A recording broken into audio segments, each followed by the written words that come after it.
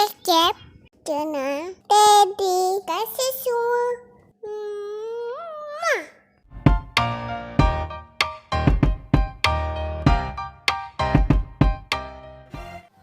Inilah bahan-bahan utama kita untuk membuat ayam penyet ayam pencen. Oke, bahan-bahan yang kita perlukan: sedikit ayam pencen, cemani, halia, bawang putih, cili padi, tomato, bawang merah, kobis bulat, bendi. Oke, untuk rasa-rasa dan perisa-perisa dia, kita perlukan sedikit lada putih, kunyit, garam, dan juga cube ayam.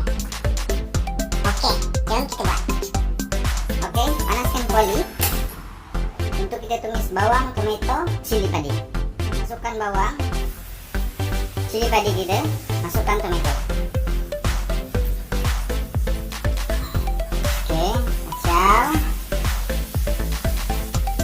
Masukkan sedikit cemani.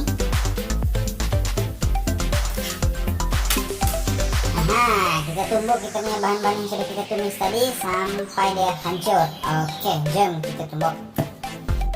Oke, siap. Sedia untuk dihidang sambal kita. Macam biasa, panaskan air dulu.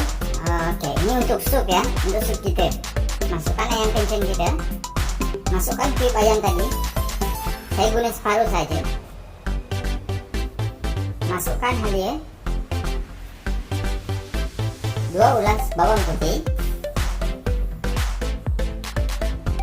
separuh bawang merah. Tutup sehingga mendidih.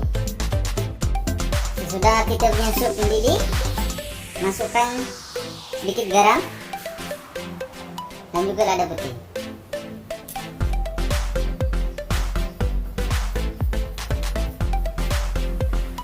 Setelah sup masak, keluarkan ayam pencen tersebut.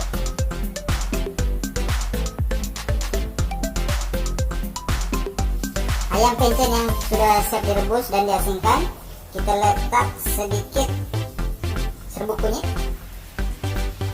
garam,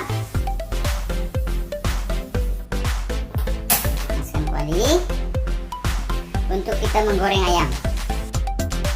Oke, masukkan ayam pencen kita yang sudah kita letakkan bahan-bahan dia tadi tuh.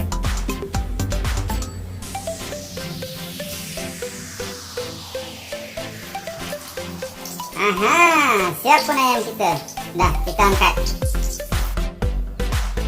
Oke, nyalakan api. Oke, rebus bendi kita dan juga kubis sedikit untuk kita letak dekat nasi nanti.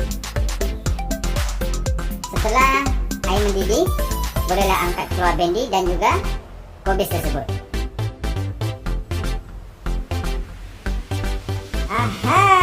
Akhirnya siap juga ayam penyet kita.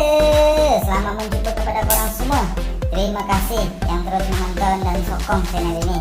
Oke, jangan lupa like, share, dan subscribe. Oke, semoga resep ini bermanfaat kepada kamu semua. Selamat mencoba.